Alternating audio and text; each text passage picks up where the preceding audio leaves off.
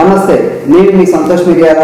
ఈరోజు Malkajgiri TRS party MP అభ్యర్థి మర్రి రాజశేఖర రెడ్డి గారు మనతో ఉన్నారు.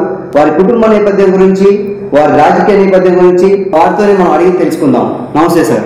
నమస్కారం సార్, మీ కుటుంబ నేపథ్యం గురించి చెప్పండి. మా కుటుంబం బేసికలీ వ్యవసాయ ఆధారిత కుటుంబం అండి. మేము పాల వ్యాపారం నుంచి వచ్చాము. మా నాన్న లక్ష్మారెడ్డి గారు, అలాగే మా అమ్మ అరుంధతి, అలాగే నా భార్య మమత, నాకు 2 పిల్లలు ఉన్నారు. సార్, ప్రత్యక్ష రాజకీయాల్లోకి మీకు ఎందుకు రావాలనిపించింది? ప్రత్యక్ష రాజకీయాల రావడానికి ముఖ్య కారణం మన గౌరవ ముఖ్యమంత్రి చంద్రశేఖరరావు గారు, అలాగే మా మంత్రివర్యులు మల్లారెడ్డి గారు, అలాగే మన యువ డైనమిక్ నేత కేటీ రామారావు గారు వలన ఇన్స్పైర్ అయ్యి నేను రావడం జరిగింది ప్రత్యక్ష రాజకీయాల్లోకి. అలాగే చాలా విషయాలు నన్ను ప్రభావితం చేశాయి. చిన్నప్పటి నుంచి మనం పెరిగిన నేపథ్యంలో ఇక్కడ నేను ఈ మల్కాజ్గిరి నియోజకవర్గ లోకల్ మనిషిని కావడం వలన ఇక్కడ ఏంటంటే ఇక్కడ ఉన్న ఎన్నో సమస్యలు, అంటే మా ఇంటి పక్కకే ఒకటి రామన్న చెరువు అనేది ఒక సమస్యనండి. అది ఎన్నో రోజుల నుంచి నేను చూస్తున్నాను. దాన్ని సాల్వ్ చేసుకుందామంటే ప్రతి ఒక్క అంటే ఎన్నో రీజన్స్, అంటే డిఫెన్స్ వాళ్ళ ప్రమేయం ఉంటుంది, మన లోకల్ గవర్నమెంట్ వలన ఎన్నో రకాలుగా ప్రాబ్లమ్స్ ఉంటాయి. రామన్న చెరువు లాంటి సమస్యలను పరిష్కరించలేకపోతున్నాం. ఎంతోమంది ఎంతో అనుభవజ్ఞులైన రాజకీయవేత్తలు ఉన్నా ఇటువంటి సమస్యగానే ఉండిపోతున్నాయి.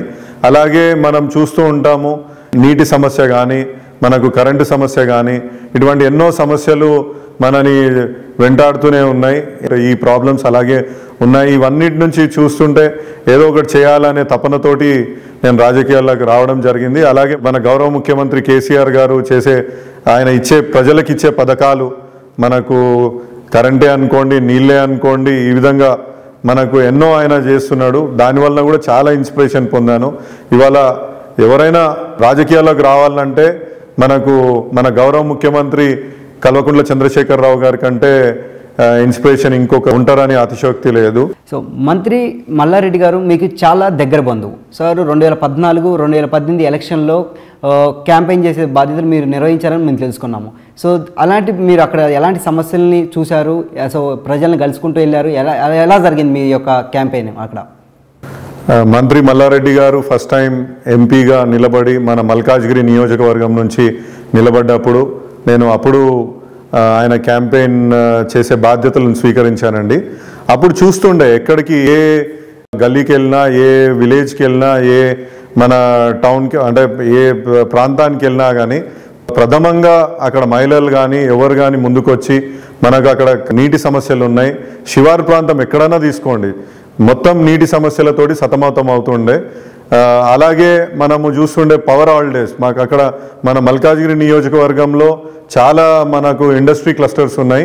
ఆ ఇండస్ట్రీ క్లస్టర్స్కి 2 రోజులు 3 రోజులు పవర్ హాలిడేస్ డిక్లేర్ చేయడం జరుగుతుండే.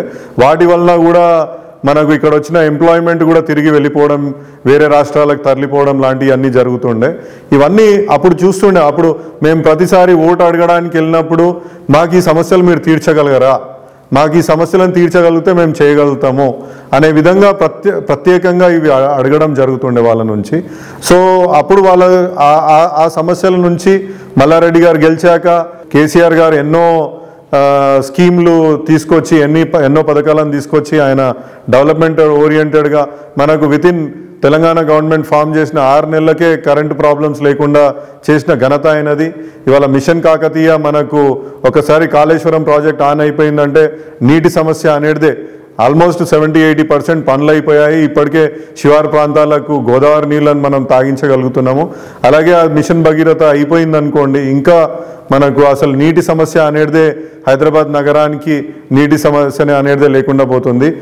ఇప్పటి వరకు అండి మనకు కొండపోచమ్మ సాగర్ అనే రిజర్వాయర్ మనం ఎప్పుడైతే కట్టుకోగలుగుతామో అప్పుడు డెడికేటెడ్గా 100% మన హైదరాబాద్కి ఒక గ్యారంటీ వాటర్ ఉండే విధంగా మన కేసీఆర్ గారు పథకం చేశారు. అది ఇంకో కొన్ని రోజులలో సాకారం అవ్వబోతుంది.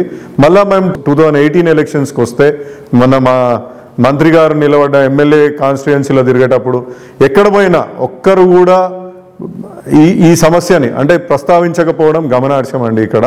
ఎందుకంటే ఒక్కరు కూడా మాకు నీటి సమస్య ఉంది, మాకు ఇంతకుముందు ఇన్ని ట్యాంకర్లు తిరుగుతుండే, ఇవాళ 200-300 ట్యాంకర్లు తిరిగే దాన్ని ఇవాళ అసలు లేకుండా జరిగింది. ఇంకా కొందరు మహిళలు చెప్తుంటే ఇంకా ఆశ్చర్యం వేస్తుండే ఏంటంటే ఇవాళ మేము మన దాంట్లో పండుగలు వచ్చాయంటే ఇల్లుని శుభ్రం చేసుకోవడము అలాంటివన్నీ మనం చేస్తూ ఉంటాము. ట్యాంకర్లు ఎప్పుడు టైం ఇస్తే అప్పుడే శుభ్రం చేసుకొని పండుగను కూడా అప్పుడు చేసుకునే అంత మనకు నీటి కొరత ఉండే. ఇవాళ వాళ్ళందరూ చాలా ఆనందంగా హ్యాపీగా ఇప్పుడు రాత్రిపూట ఎప్పుడో పోయి పట్టుకోవాల్సిన ప్రాబ్లం లేకుండా కూడా మంచినీళ్ళకు ఇబ్బందులు లేకుండా ఇవాళ మంచిగా ఉన్నారు. అలాగే మన ఇండస్ట్రీస్ కూడా ఇవాళ థ్రైవింగ్గా ఉంది. మనకు ఇవాళ 24 hours కరెంటు మన గౌరవ ముఖ్యమంత్రి గారు ఇవ్వడం వలన ఇవాళ మనకు అవి కూడా ప్రాబ్లం లేకుండా ఉన్నాయి. సో ఇట్లాంటి సమస్యలు అంటే అధిగమించి వస్తున్నప్పుడు తప్పకుండా మేము కూడా మా వంతు సహకారంగా బంగారు తెలంగాణ దిశగా మేము కూడా అడుగులు వేయాలని మేము కూడా భావించి ప్రత్యక్ష రాజకీయాలకు రావడానికి అది కూడా ఒక ప్రేరణ మాకు అయింది. ప్రత్యక్ష రాజకీయాలకు వచ్చిన మీరు మీ ప్రత్యర్థిని ఎలా ఎదుర్కోబోతున్నారు? మా గౌరవ ముఖ్యమంత్రి గారి సూచన మేరకు నేను ప్రత్యక్ష రాజకీయాలకు రావడం జరిగింది. నాకు ఇక్కడ ప్రత్యర్థులు ఎవరు అనేది సమస్య కాదండి. ఇక్కడ ఉన్న సమస్య ఏంటంటే నేను ఇక్కడ స్థానికుణ్ణి, నాకు ఇక్కడ ఉన్న స్థానిక సమస్యల గురించి నాకు అవగాహన ఉంది. మల్లారెడ్డి గారి కోసం ప్రచారం తిరిగినప్పుడు అక్కడ ఉన్న సమస్యల గురించి మాకు తెలుసుకోవడం జరిగింది. అదేవిధంగా ఇవాళ గౌరవ ముఖ్యమంత్రి గారు కూడా అవి ఏ విధంగా దాన్ని సాల్వ్ చేస్తున్నాడు, ఏ విధంగా పేద ప్రజల కోసం ఆయన పథకాలను తీసుకొస్తున్నాడు, ఇవి మనకి ఇంపార్టెంట్ అండి. ఇవాళ ప్రత్యర్థులు అనేది సెకండరీ. మనకి ఇక్కడ ప్రత్యర్థులు మనకు ఎవరు అనేది కాదు. ఇవాళ మన గౌరవ ముఖ్యమంత్రి గారు ఏవైతే పేద ప్రజల కోసం చేస్తున్నాడో ఆ పథకాలే మనల్ని గెలిపిస్తాయి, అవే మనల్ని ముందుకు తీసుకెళ్తాయి. ఇంకోటండి, మనకి ఇక్కడ 7 మన ఎమ్మెల్యేలు, మనకి ఇక్కడ ఎమ్మెల్సీలు, కార్పొరేటర్లు 49 మంది కార్పొరేటర్లు, ప్రతి ఒక్క కార్పొరేటర్ కూడా మన కార్పొరేటరే ఉన్నారు. వాళ్ళకి రాజకీయ అనుభవం ఉన్నది. వాళ్ళందరూ కూడా మన గౌరవ ముఖ్యమంత్రి సూచన మేరకు వాళ్ళు కూడా అభివృద్ధి పథకంలో ముందుండి నన్ను కూడా ముందు నడిపిస్తారని నేను భావిస్తున్నాను. కేంద్ర ప్రభుత్వం నుంచి రావాల్సిన పథకాల గురించి ఏమైనా వివరించగలుగుతారా? కేంద్రం నుంచి మనకు చాలా పథకాలు ఉన్నాయండి. అవన్నీ ఎన్నో JNRUM పథకాలు ఉన్నాయి. వాటి నుంచి కూడా మనకు ఫండ్ రావాలా, వాటి వలన కూడా ఎంతో డెవలప్మెంట్ వస్తుంది. అలాగే మనకు MSME నుంచి ఇండస్ట్రీ క్లస్టర్స్ ఉన్నాయి. ఆ ఇండస్ట్రీ క్లస్టర్స్ని కూడా డెవలప్ చేయాలంటే MSME నుంచి ఫండింగ్ వస్తుంది. మళ్ళీ అదేవిధంగా మనకు రావాల్సినవి కూడా చాలా బకాయిలు కూడా ఉన్నాయి. చాలా మటుకు ఆ బకాయిలను కూడా రాబట్టుకోవడానికి మనం ప్రయత్నం చేయాలా. ఇలా ఎన్నో చెప్పుకుంటూ పోతే ఎన్నో రకాలుగా మనం చేసుకోవడానికి వీలుంది. కేంద్ర ప్రభుత్వం నుంచి మన హక్కులు కానీ నిధులు కానీ మనం ఎలా సాధించుకోగలుగుతాం? ఇలా కేంద్ర ప్రభుత్వం దగ్గర నుంచి మన హక్కులు కానీ నిధులు కానీ సాధించేయడానికి చాలా వీలు ఉందండి. ఎందుకంటే ఎన్నో రకాలుగా అంటే ఇప్పుడు ఇవాళ మన దగ్గర ఎగ్జాంపుల్ తీసుకోండి, మనకి ఇండస్ట్రీ క్లస్టర్స్ పోయినప్పుడు అక్కడ ఎన్నో సమస్యలతోటి సతమతం అవుతున్నారు. ఫర్ ఎగ్జాంపుల్ అక్కడ రోడ్ ఇన్ఫ్రాస్ట్రక్చర్ కానీ అక్కడ ఒక STPలు కానీ అవన్నీ ఎలాంటివి లేవు. దానికి సెంట్రల్ గవర్నమెంట్లో MSME ఫండింగ్ చాలా ఉంది. అవన్నీ కూడా తీసుకొచ్చి వాటిని డెవలప్ చేసి ఇంకా ఎంప్లాయ్మెంట్ పెరగడానికి నేను చాలా సహకారం అందిస్తానని నేను అనుకుంటున్నాను. అలాగే మనకు ఒక department of science and technology ఉంది. వాళ్ళ నుంచి కూడా ఎన్నో ఫండ్స్ వాళ్ళు తెచ్చుకోవచ్చు. అదేవిధంగా ఎన్నో మన రహదారుల గురించి కానీ మన రైల్వే నిధులు కానీ ఎన్నో మనం రాబట్టుకోవడానికి వీలున్నది. ఇప్పుడు ఫర్ ఎగ్జాంపుల్ మనకి ఇవాళ తెలంగాణ రాష్ట్రం విభజించినాక మనకు రావాల్సిన హక్కులు ఎన్నో ఉన్నాయి. మనకి కేంద్ర ప్రభుత్వం ఇచ్చిన హామీలు కూడా అమలు చేయాల్సిన బాధ్యత మన మీద ఉన్నది. మనకి అందుగురించే మన గౌరవ ముఖ్యమంత్రి కల్వకుంట్ల చంద్రశేఖరరావు గారు చెప్పేది ఏంటంటే మనకు 16 ఎంపీలు స్థానాలు మనం గెలుచుకుంటే ఈ విభజన హామీలన్నీ కూడా మనం సాధించుకోగలమని అనుకుంటున్నాను నేను. ఎందుకంటే ఇప్పుడు మనం కాళేశ్వరం జాతీయ హోదా తెచ్చుకోవాలా, దానివల్ల మనకు ఫండింగ్ పెరుగుతుంది. అదేవిధంగా ఇవాళ మనకు అసెంబ్లీ సీట్లు కూడా పెంచుకోవాల్సిన తరుణం వచ్చింది. ఇవాళ మనం నియోజకవర్గాల పునర్వ్యవస్థీకరణ కూడా చేపట్టాల్సిన తరుణం ఉంది. ఇంకా చెప్పుకుంటూ పోతే అట్లా ఎన్నో సమస్యలు మన ముందున్నాయి. ఆ సమస్యలను మనం అధిగమించాలంటే చేయాల్సిన పనులు కూడా ఎన్నో ఉన్నాయి. మనం స్కైవేస్ నిర్మించుకోవాల్సిన సమస్యలు దూరం చేసుకోవాలా. అదేవిధంగా మన హైదరాబాద్ సిటీని కూడా క్లీన్ సిటీ, గ్రీన్ సిటీగా, ట్రాఫిక్ ఫ్రీ సిటీగా తీర్చిదిద్దుకోవాల్సిన అవసరం ఉంది. ఇవాళ రోజు మనము ఇవాళ గురించి ఆలోచించకుండా భావి తరాలకు అవసరమయ్యే విధంగా మనం మాస్టర్ ప్లాన్ తయారు చేసుకొని మనము ముందుకు పోవాల్సిన తరుణం వచ్చింది. అదేవిధంగా ఇవాళ కూడా మన మాస్టర్ ప్లాన్ని కూడా మన గౌరవ ముఖ్యమంత్రి గారు దాన్ని కూడా చాలా చేంజ్ చేయాలని ఆలోచన పెట్టుకుంటున్నారు. అది కూడా భావి తరాలకు ఉపయోగపడే విధంగా దాన్ని తీర్చిదిద్దాలని ఆయన భావిస్తున్నారు. సార్, మనకి మల్కాజ్గిరి అంటే ఫస్ట్ గుర్తొచ్చేది యువత. మనం ఇటు అమీర్పేట చూసినా లేదా అటు కుకట్పల్లి చూసినా ఎక్కువ మంది యువత నివసిస్తున్నారు అక్కడ. సో వాళ్ళకి మీరు ఏం చెప్పదలుచుకున్నారు? వాళ్ళకి ఎలాంటి మీరు హామీలు ఇవ్వగలుగుతున్నారు? మీరు చెప్పింది 100% కరెక్ట్ సంతోష్ గారు. ఇవాళ మనకు యువతకి ఉద్యోగ అవకాశాలు కల్పించాల్సిన బాధ్యత కేంద్ర ప్రభుత్వం, రాష్ట్ర ప్రభుత్వం మీద ఉంది. ఎందుకు అంటే ఇవాళ మనం గతంలో చూసుకుంటే మనకు తెలంగాణ ఇస్తే ఇక్కడ అంత రియల్ ఎస్టేట్ పోతుంది, అలాగే ఉద్యోగ అవకాశాలు కూడా పోతాయి, కరెంటు సమస్యలతోటి బాధపడతారు అనేసి చాలామంది మనని అంటూ ఉండే. ఇప్పుడు మన గౌరవ ముఖ్యమంత్రి గారి పథకాల వలన, ఆయన ఆలోచన సరళి వలన మనకి ఇవాళ 24 hours కరెంట్ ఇవ్వడం జరుగుతుంది. అదేవిధంగా మనకు ఇవాళ మనకి ఇండస్ట్రీ ఒక అద్భుతమైన, దేశంలోనే నంబర్ 1 అద్భుతమైన ఇండస్ట్రీ పాలసీని మన గౌరవ ముఖ్యమంత్రి గారు తీసుకొచ్చారు. దానివల్ల ఏంటంటే ఇండస్ట్రీలకు త్వరగతిన పర్మిషన్స్ రావడము, అదేవిధంగా వాళ్ళకు ఇవాళ ఎలక్ట్రిసిటీని 24 hours చేయడము, ఇట్లాంటి ఎన్నో సదుపాయాలు కల్పించడం ద్వారా, అలాగే ఇన్ఫ్రాస్ట్రక్చర్ని క్రియేట్ చేయడానికి RRR రోడ్ ప్రాజెక్ట్ని కూడా చేపట్టడము, ఇవన్నిటి వల్ల ఏంటంటే మనకు ఇన్ఫ్రాస్ట్రక్చర్ డెవలప్ చేయడానికి ఒక ఇండస్ట్రీ పాలసీని తీసుకురావడానికి మన గౌరవ ముఖ్యమంత్రి గారు ఏ విధమైతే ఆలోచనతో ముందుకు పోతున్నారో దానివల్ల తప్పకుండా ఉద్యోగ అవకాశాలు పెరిగి మన దగ్గర ఇండస్ట్రియల్ కారిడార్ కానీ, ఐటీ కారిడార్ కానీ డెవలప్ అయ్యే విధంగా మనము ఇవాళ మన ఐటీ ఎక్స్పోర్ట్స్నే చూసుకుంటే 2014లో ఉన్న మనం ఎంతైతే ఎక్స్పోర్ట్ చేస్తున్నామో 2019కి వచ్చేసరికి చాలా గణనీయంగా పెరిగింది.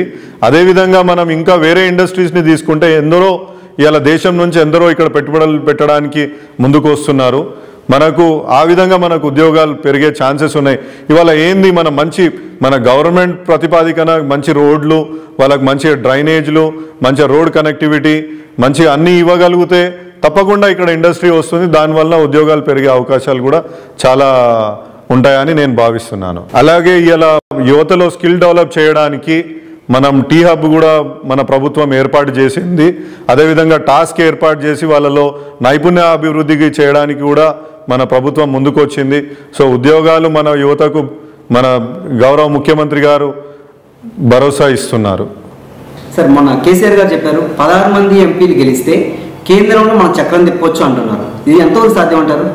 100% అండి. ఎందుకంటే మనం ఎన్నో రోజులు చూస్తున్నాం, 90వ దశకం నుంచి కూడా చూస్తున్నాము. మన దేశంలో సంకీర్ణ ప్రభుత్వాలదే ప్రభుత్వం నడిపిస్తున్నారు. అన్ని ఒక ప్రాంతీయ పార్టీలని, అన్ని పార్టీలను కలుపుకొని ఒక క్లస్టర్గా ఏర్పరచుకొని ముందుకు వెళ్ళాలనే ఆలోచన ప్రతి ఒక్కరికి ఉంది.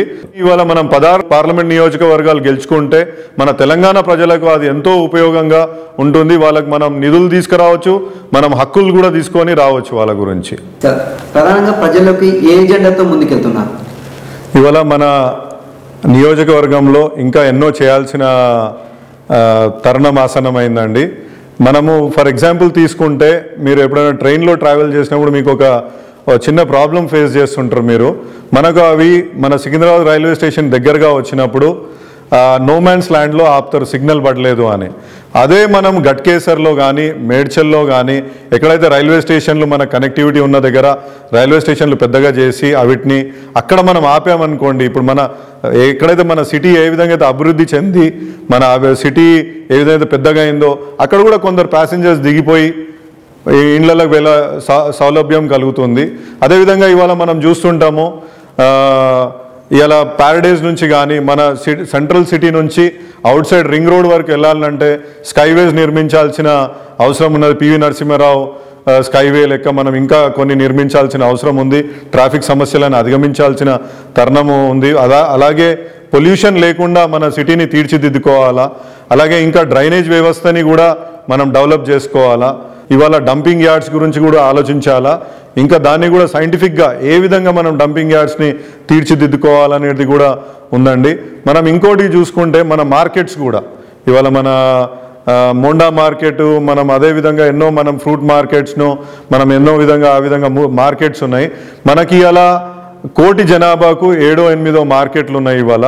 వాటిని కూడా 100 సంఖ్యకు పెంచాల్సిన అవసరం ఉంది. ఎందుకంటే ప్రతి లక్ష జనాభాకు ఒక మార్కెట్ ఉండే విధంగా, సో దట్ ట్రాఫిక్ కంజెషన్ కూడా మనకు దీనివల్ల సాధ్యపడుతుంది.